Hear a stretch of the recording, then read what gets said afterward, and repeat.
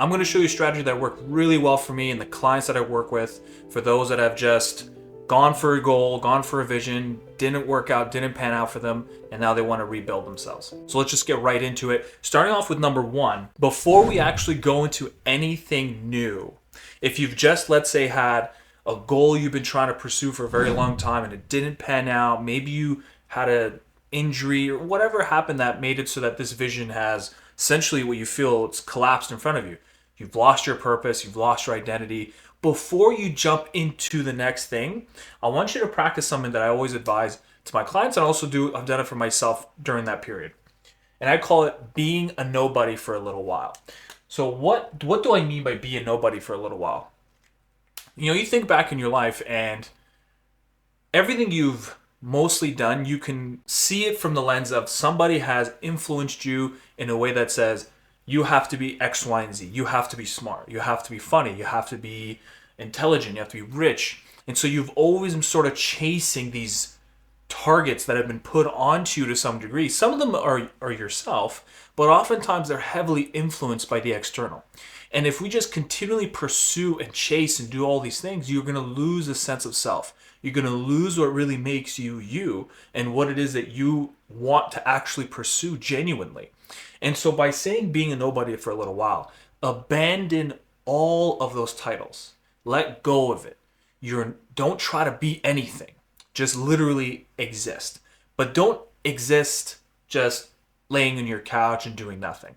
When I say just exist, do the things that prior to that identity loss, prior to that loss of purpose, what would get you excited? So what would get you to feel like you're looking forward to the day? And keep it simple. Don't overcomplicate it. Don't overthink it. It could be as simple as making tea in the morning. It could be as simple as going for a walk. It could be as simple as playing with your pet. It doesn't actually matter. Something that brings a little bit of spark, something that grounds you, something that simplifies your life. There is no length of time you should be doing this for. Sometimes it'll be maybe a couple weeks. It could be a couple months. Of course, still uphold your responsibilities. Do what you need to do to keep your life moving. Again, it's hard to say when you should move forward from this practice, but do it until you start to feel right. You'll get to a point where all of a sudden you can feel, if you pay attention to the silence in that quiet state, if you pay attention to it, something will call you forward. Something will draw you to a different direction. And when that happens, now we're going to go into the next stage. And the next stage is going to be actually putting this into practice, putting it on a journal, or you can put it on a whiteboard. I usually like whiteboards, and actually see it in front of you and work steps towards it. So the first thing is going to be your 3-year vision. Before we even go into anything of like daily practices, we have to think of what we want 3 years from now. But it's very important you ask a couple questions. So the first question you want to ask yourself is this an act of ultimate service? So what is it that you want to do? What is it that you want to go for? And the reason why I say is this going to be an ultimate act of service, because that is where you're going to find a deeper, richer meaning in your life. You know, you look at people who will dedicate their whole career to charity work, just being selfless, giving their time away, and it brings them deep, rich meaning.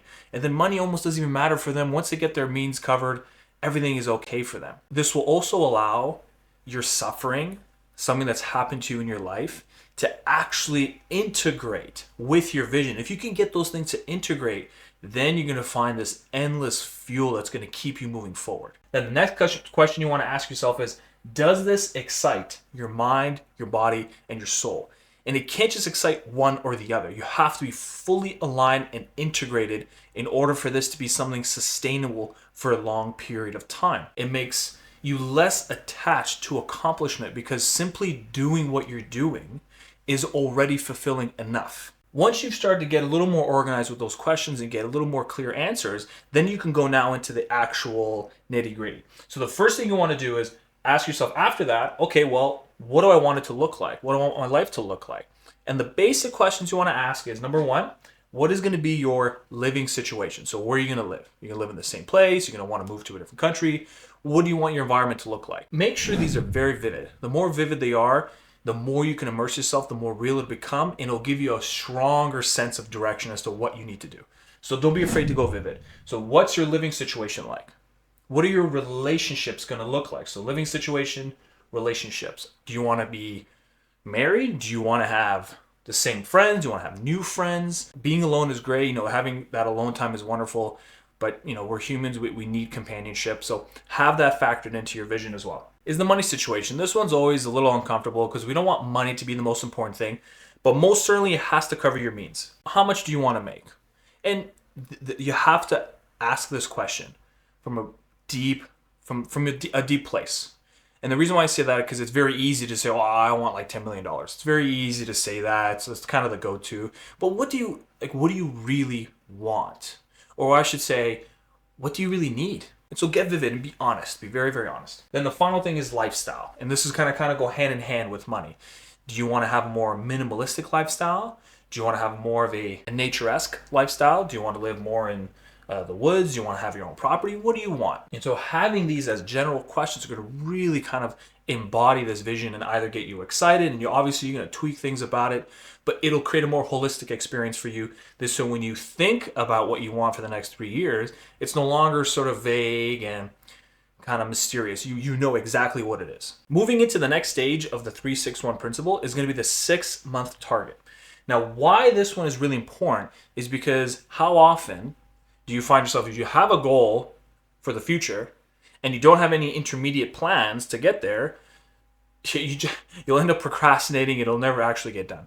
So the 6-month target is a way for you to set a goal, task, a short-term objective that can make the pressure of getting it done a little more urgent and less feeling like, oh, well, it's 3 years away. I can do it whenever.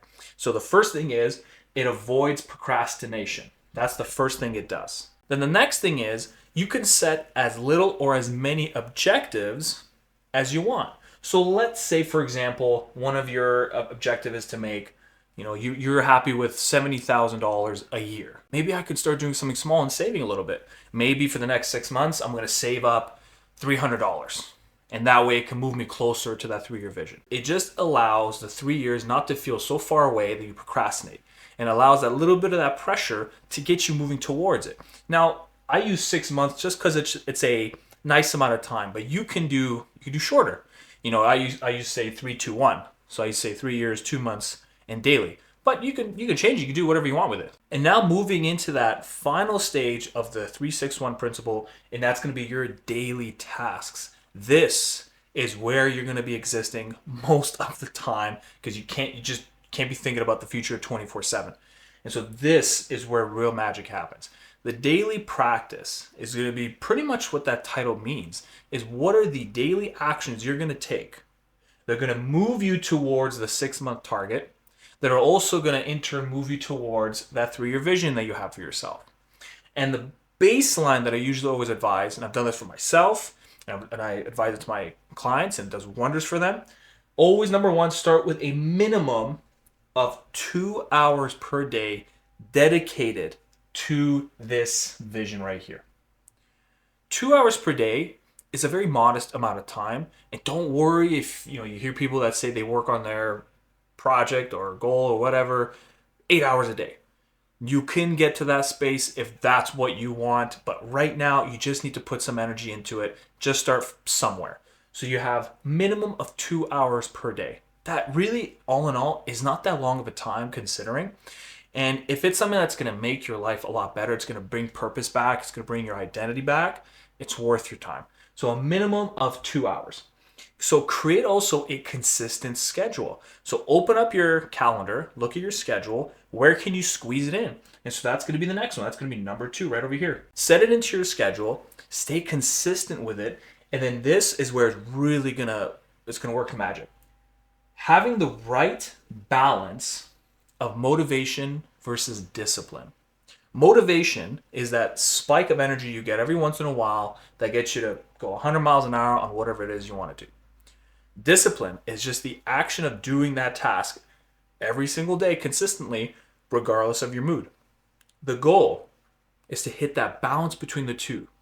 If you only rely on motivation, you can imagine how you're just going to be left at the whim of that emotion. It's just going to come and go whenever it wants. And so, okay, you'll work really hard for a week, but then you won't feel it for the next 2 weeks, so you're not doing anything about it. And so that's going to really set you back. Discipline also, on the other end, if you're only disciplined and that's it, then it's just gonna zap your soul. You're gonna feel very drained. You're gonna feel very robotic and less fluid. You wanna have this fluidity to your life as well. You can't be just like this box rigid thing. It takes color out of things. So you wanna make sure you hit that balance. And so what I usually always advise is, what is that minimum amount of work you do every single day? Minimum amount, so it's in that sweet spot. It's not too little that it's, boring and you're not getting anything done, but it's not too long that it absolutely stresses you and drains you and doesn't make you look forward to doing it. In fact, you look forward to just being done. Once you find that sweet spot, you sustain that. And then you, of course, tweak it along the way.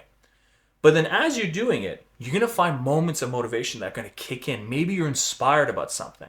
Maybe one of these, you had this opportunity to really double down on. It's a now or never thing. And you say, well, okay, I want to maximize it. Maximize it. Do it. Put all the time into it. Maybe you'll be buried in work for a week. That's totally okay. But then always know to go back to that baseline state so then you're hitting that really good balance between you hit the gas to make some ground, but then you bring it back to reality. Otherwise, you're going to redline the vehicle. And so keeping it at a good baseline, every once in a while, you push, and that's totally okay. And what you'll notice is that you'll have a better harmony. If you also want to get just way more information on my Rule of Three method for individuals who have pushed for a meaningful goal, a purpose in their life, and it fell short after a lot of investment, time, energy, money, and now you're feeling identity loss, you're feeling a sense of extreme spiritual burnout, this is going to be the place for you. When I went through my period of my life, like during the period of my life where I pursued something for a very long time, put a lot of energy into it, and it didn't pan out, I had years of confusion that I didn't know where to go, I didn't know how to rebuild anything, I didn't know what to do. And so it was a lot of pain to actually eventually formulate this method that I'm showing you today. And so if you want all of that for free, I'm giving it all the way for free, just click that link below, head over to the website and sign up to my free newsletter. You're gonna get all this information and you're gonna know that you're being part of a community that understands what you're going through. And I wish I had it during that time of my life where I had to figure things out.